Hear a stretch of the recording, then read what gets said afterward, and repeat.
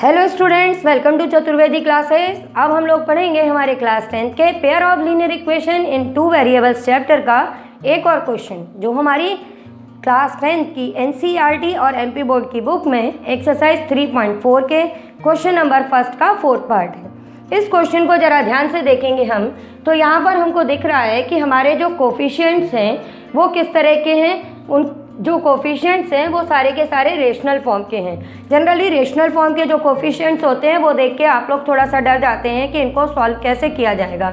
तो इनको सॉल्व करने के लिए एक छोटा सा काम आपको करना सीखना होगा कि इस अकेले क्वेश्चन के लिए ही नहीं, इससे ऐसे ही आपके पास में जितने भी क्वेश्चंस हों उनमें आप क्या करो कि ये जो आपके कोफिशिएंट्स हैं इनको सॉल्व करके सिंपल इंटीजर्स में चेंज कर दो।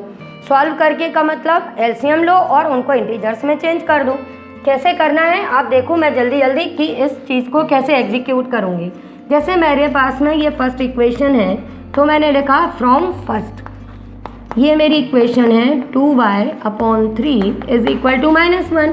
तो मैं इसको क्या करूँ, अगर एलसीएम ले लूँ तो ये हो जाएगा 3x + 4y is equal to -1। तो ये 3x + 4y is equal to -6। लो, हो गई चेंज। क्या हुआ, ये देखने में बहुत टफ लग रही थी और ये बहुत इजी लगने लगी।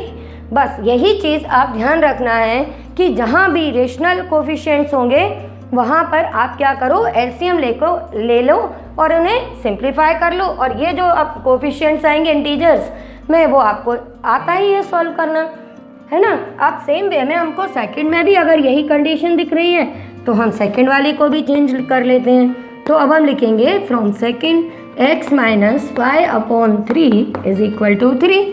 अब देखो एक चीज़ और सीखो कि अगर मान लो आपके पास में तीन टर्म्स हैं, तीन टर्म में से किसी एक का ही डिनोमिनेटर है, तो आपको क्या करना है, ये जो एक डिनोमिनेटर है इससे सबको मल्टीप्लाई कर दो।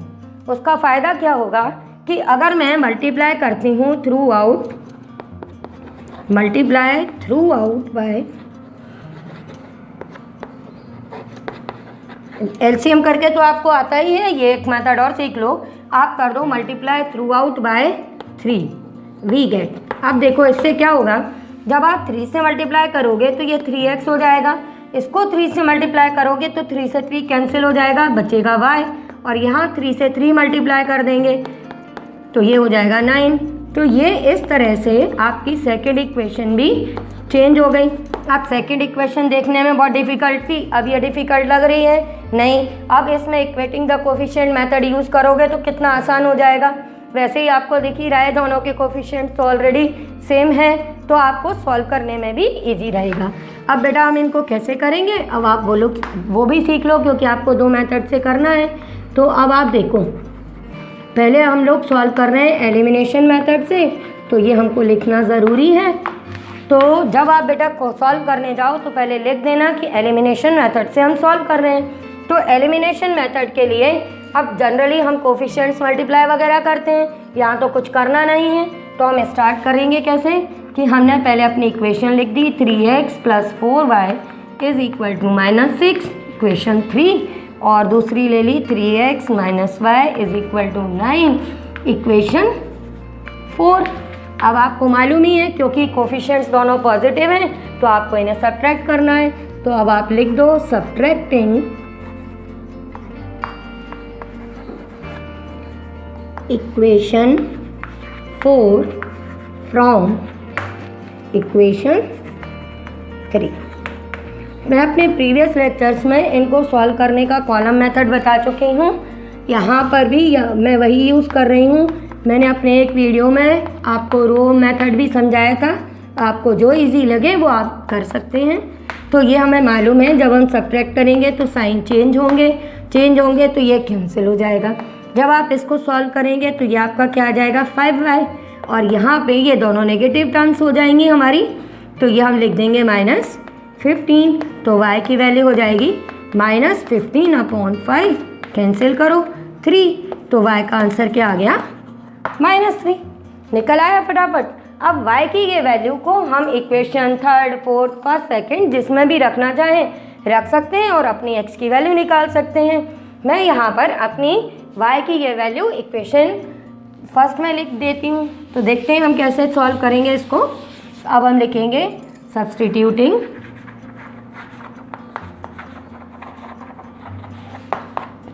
y is equal to -3 in equation first.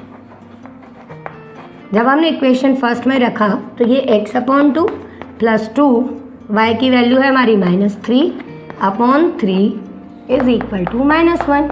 ये कैंसिल हो गया तो ये आ गया x/2 -2 is equal to -1, x/2 is equal to -1 plus 2।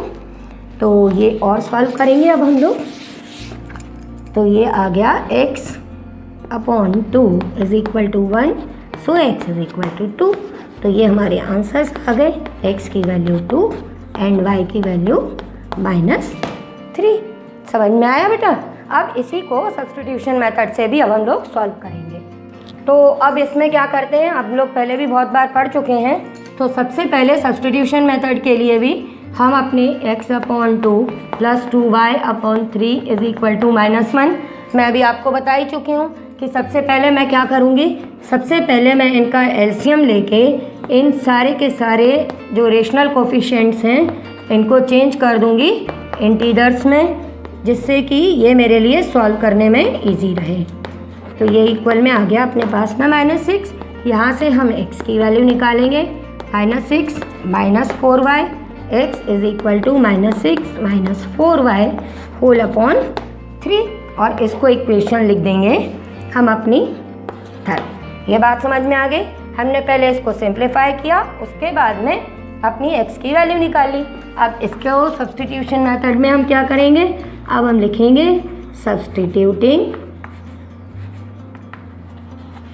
Value of x from equation third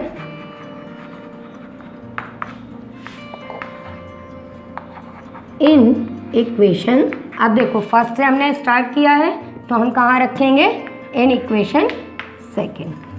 अब आप सेकेंड में वैल्यू सब्स्टिट्यूट करोगे तो x को किससे रिप्लेस कर देंगे हम, इससे।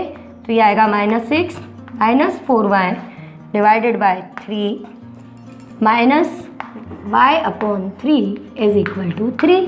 अब यहाँ पर दोनों का डिनोमिनेटर 3 है तो एलसीएम 3 आएगा। तो ये -6 -4y -y whole upon 3 is equal to 3। ये -6 -5y इज इक्वल टू 9। तो ये -5y 9 plus 6 y is equal to 15 divided by -5। तो ये कैंसिल कर देना आप, तो y का आंसर आ गया आपका -3।